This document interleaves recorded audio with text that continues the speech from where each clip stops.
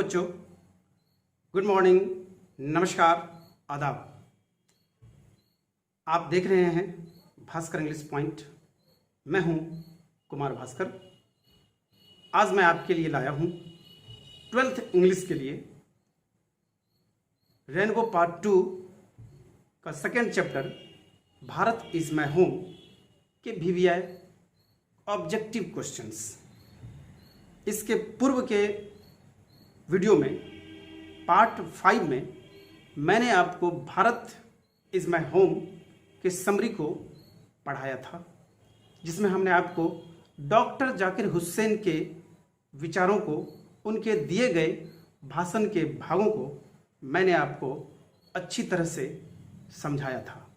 उम्मीद है आप उसे पढ़ लिए होंगे और उसको पढ़कर जब ये ऑब्जेक्टिव क्वेश्चंस को देखेंगे या सुनेंगे तो आपको 100% याद रहेगा। बच्चों, अगर आपने उस वीडियो को पार्ट 5 को नहीं सुना है, नहीं पढ़ा है, तो आप उनको पहले ज़रूर पढ़ें। उसके बाद जब ये ऑब्जेक्टिव क्वेश्चंस को आप देखेंगे तो आपको याद करने की आवश्यकता नहीं पड़ेगी, आपको स्वतः याद हो जाएंगे। अब मैं आपको एक बात और बताना चाहता हूं कि जितने चैप्टर्स मैं आपको पढ़ा रहा हूं, जो पहले आप पढ़ते हैं, सुनते हैं, उसको कुछ दिनों के अंतराल पे, 5 दिन 10 दिन के अंतराल पे आप उनको रिवाइज जरूर करते रहें, ताकि आपको उनके चीज़ों को याद करने में मदद मिलेगी। तो चलिए, पढ़ाई शुरू करने से पहले मैं आपको एक मोटिवेशनल शेर सुनाना चाहता हूँ। मोटिवेशनल शेर इसलिए कि यह आपको आपकी तैयारी करने में, आपकी ज़िंदगी में हो रही कुछ गलतियों के लिए, कुछ समस्याओं के लिए समाधान करके आगे बढ़ने के लिए संदेश देता है। मोटिवेशनल शेर इस प्रकार है। अर्ज क्या है कि ज़िंदगी में अगर कुछ गलत हो जाए तो घबराना नहीं। ज़िंदगी में अगर कुछ गलत हो जाए तो घबराना नहीं, क्योंकि दूध फटने पर वही लोग घबराते हैं जिन्हें पनीर बनाने नहीं आता है।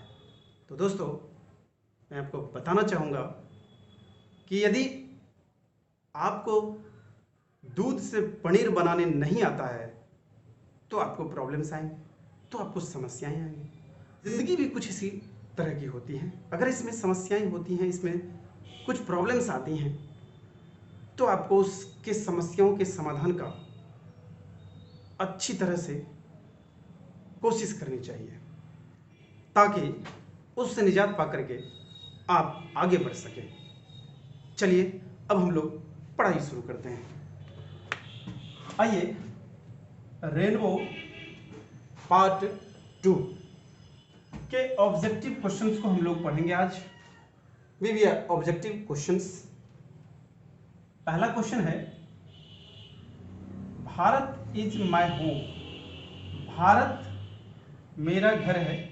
रेनबो पार्ट 2 यानी 12वीं क्लास का दूसरा चैप्टर है, जो मैंने पूर्व के वीडियो में पढ़ाया है। तो Bharat is my home has been written, लिखा गया है, बाय डैश। डैश मीन्स किन के द्वारा लिखा गया, किन के द्वारा रचित है। यह भारत इज माय होम, मैंने पहले भी बताया, यह एक भाषण का भाग है जो 1967 ईस्वी में डॉक्टर जाकिर हुसैन शपथ ग्रहण लेने के बाद, प्रेसिडेंट यानी राष्ट्रपति के शपथ ग्रहण कर लेने के बाद दिया था, उन्हीं का भाग है। तो इसका जो आंसर है, 4 ऑप्शन में रहेंगे, ABCD करके।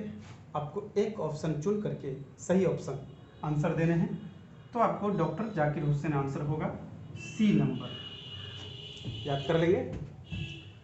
Question number 2, Radha Krishnan, doctor Radha Krishnan, यहाँ पे आप मान लीजिए doctor Radha Krishnan never lost, कभी नहीं खोए थे, हिज फैथ, अपना विश्वास, इन डैश।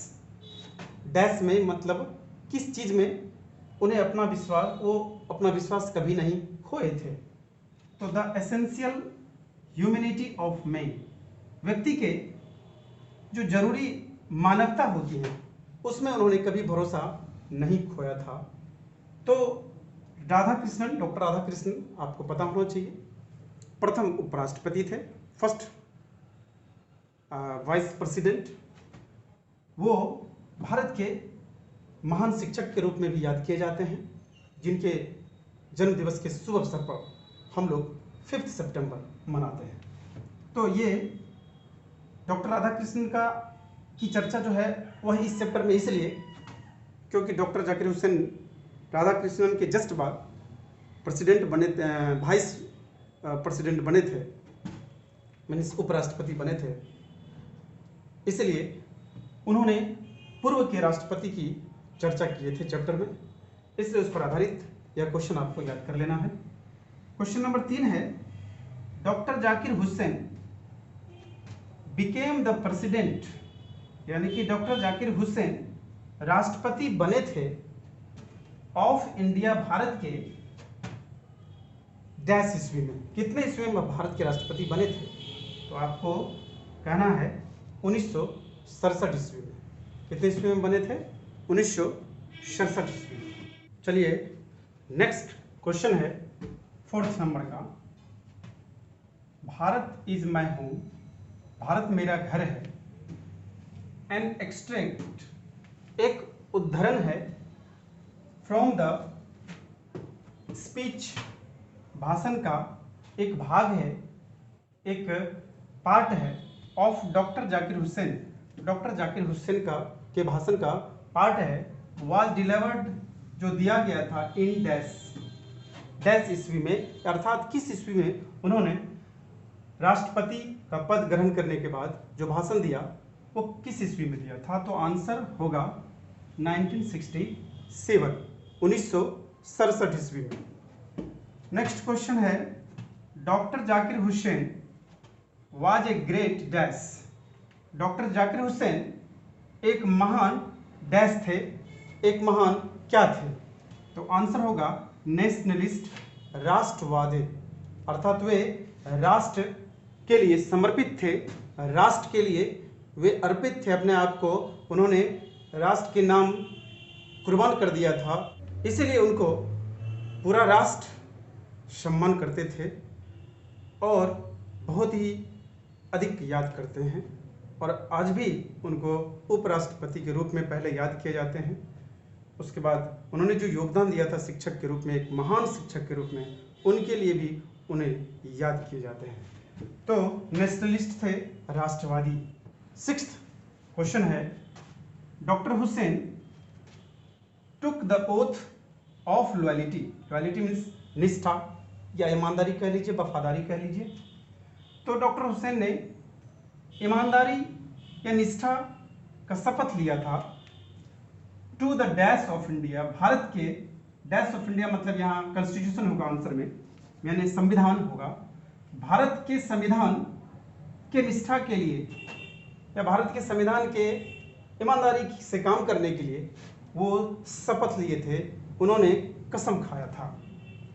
7th क्वेश्चन है, एजुकेशन, शिक्षा, according to doctor Zakir Hussain, doctor Zakir Hussain के अनुसार, अकॉर्डिंग टू मीन्स के अनुसार, तो जो शिक्षा है वह डॉक्टर जाकिर हुसैन के अनुसार इज ए प्राइम, एक मुख्य इंस्ट्रूमेंट ऑफ डैश है, अर्थात इंस्ट्रूमेंट मतलब होता है साधन, इंस्ट्रूमेंट मीन्स औजार भी होता है, इंस्ट्रूमेंट्स उपकरण भी होता है, लेकिन यहाँ पर अर्थ होगा साधन।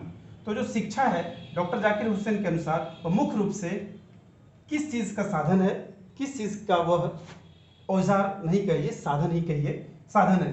तो उत्तर होगा, आंसर होगा नेशनल पर्पस, राष्ट्र के उद्देश्य के लिए, राष्ट्र के विकास के लिए, खास करके राष्ट्र के उद्देश्य के लिए कि क्या करना है, क्या कैसे राष्ट्र को आगे बढ़ाना है, इस उद्देश्य के लिए सबसे जो मुख्य साधन है, मुख्य औजार है, वह है शिक्षा, एजुकेशन। 8th क्वेश्चन है, doctor Zakir Hussain has entered, अर्थात डॉक्टर जाकिर हुसैन प्रवेश किए हैं, इंटर्न्स प्रवेश करना इन दिस हाईएस्ट ऑफिस, इस सबसे ऊंचे कार्यालय में, सबसे जो बड़ा ऊंचा कार्यालय कहने का सेंस है राष्ट्रपति भवन में। वे राष्ट्रपति भवन में जो उन्होंने प्रवेश किया है विथ ए स्पिरिट मीन्स उत्साह, और यहाँ डैश, तो यहाँ डैश में क्या होगा आंसर, टोटल डेडिकेशन, पूर्ण समर्पण के उत्साह के साथ वे राष्ट्रपति भवन में प्रवेश किए हैं। तो इसका आंसर हो जाएगा टोटल डेडिकेशन।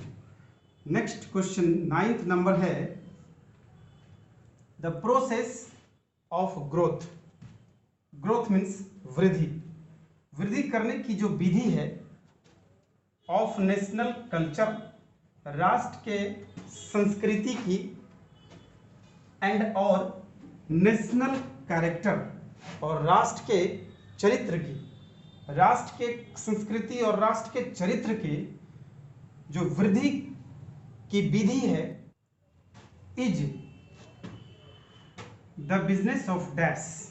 आंसर हो गया एजुकेशन। एजुकेशन मीन्स शिक्षा, शिक्षा के कार्य, बिजनेस मीन्स कार्य व्यवसाय, शिक्षा के कार्य या व्यवसाय जो है वह राष्ट्र के चरित्र और राष्ट्र के संस्कृति के वृद्धि की विधि है, और यही एजुकेशन राष्ट्र को आगे बढ़ाने में सहायता करती है।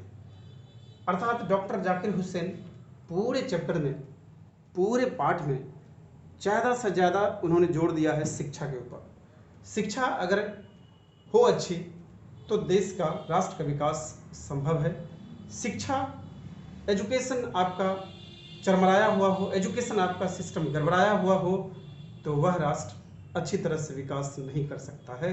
उन्होंने पूरे पाठ में, अपने पूरे भाषण में एजुकेशन को सबसे प्राइम इंस्ट्रूमेंट बताया, सबसे मुख्य साधन बताया, मुख्य हथियार बताया। चलिए 9 क्वेश्चंस हमने भी लिए हैं इसमें, और इसमें से आपको कुछ क्वेश्चंस पूछे भी जा चुके हैं। अगर आप इसको ढंग से याद कर लेते हैं तो जो 50% के ऑब्जेक्टिव्स पूछे जाते हैं वो आपको निश्चित रूप से एग्जामिनेशन हॉल में मदद करेगा। मैं यहाँ पर नोट लिखा हूँ, नोट कहने का सेंस मतलब समरी को भी आप याद करते चलें, अवश्य याद करें समरी को, जिसमें आपको 5 मार्क्स के क्वेश्चन पूछे जाते हैं समरी में।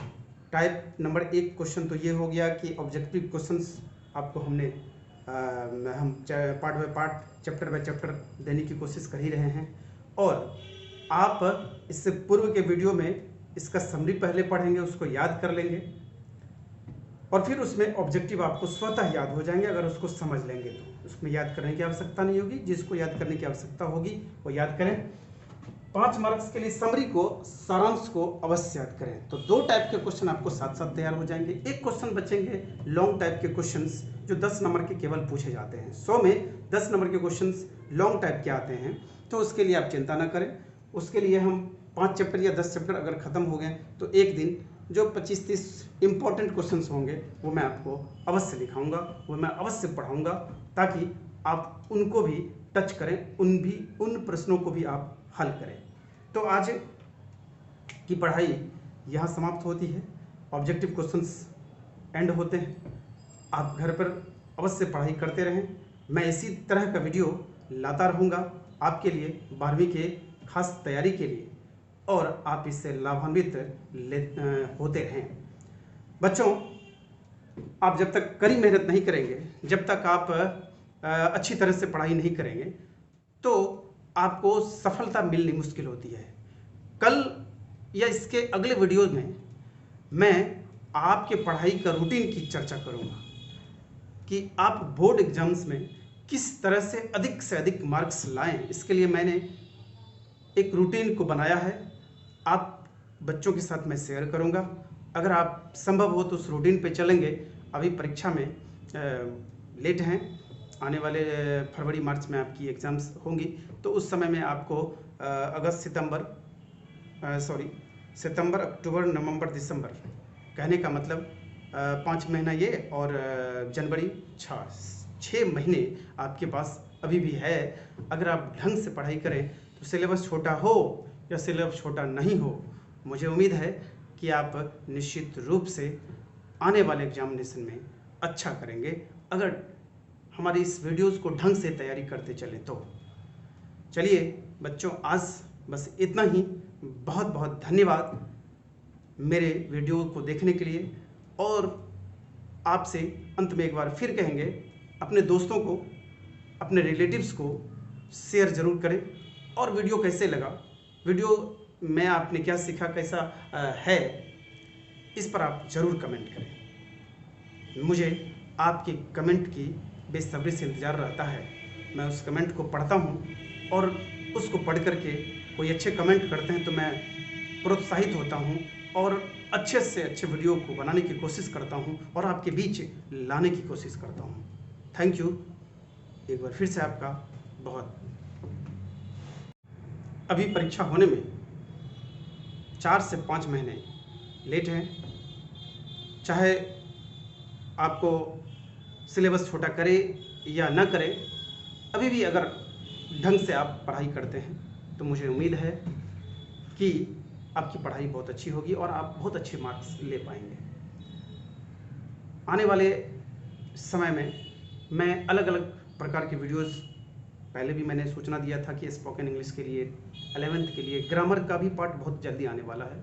कुछ ही दिनों में आपको ग्रामर का भी, बेसिक ग्रामर हो, परीक्षा के लिए ग्रामर हो, उनकी पढ़ाई भी, उनका वीडियोस भी मैं बनाने की कोशिश कर रहा हूँ और वो भी आपको आने वाले कुछ ही दिनों में अपलोड होगा। आप पढ़ते रहें इसी तरह से। साथ ही इन वीडियोस को देखकर आपको कैसा लगा, आप कमेंट जरूर करें। आपके कमेंट को मैं पढ़ता हूँ, क्या कमी रहती है उसको देखता हूँ, कोशिश करता हूँ अच्छा से अच्छा वीडियो बने, अच्छा से अच्छा कंटेंट हम आपको दें ताकि आपके परीक्षा की तैयारी में कोई दिक्कत नहीं हो। और आने वाले समय में मैं और अधिक से अधिक अच्छे से अच्छे कंटेंट ला करके आपको वीडियोस में दूंगा ताकि आप ज़्यादा से ज़्यादा लाभान्वित हों। मुझे उम्मीद है, मुझे आशा ही नहीं बल्कि पूर्ण विश्वास है कि आप सभी इन वीडियोस को देख करके सही ढंग से पढ़ते होंगे और परीक्षा की अच्छी सी तैयारी करते होंगे। थैंक यू, बहुत बहुत धन्यवाद आपको वीडियोस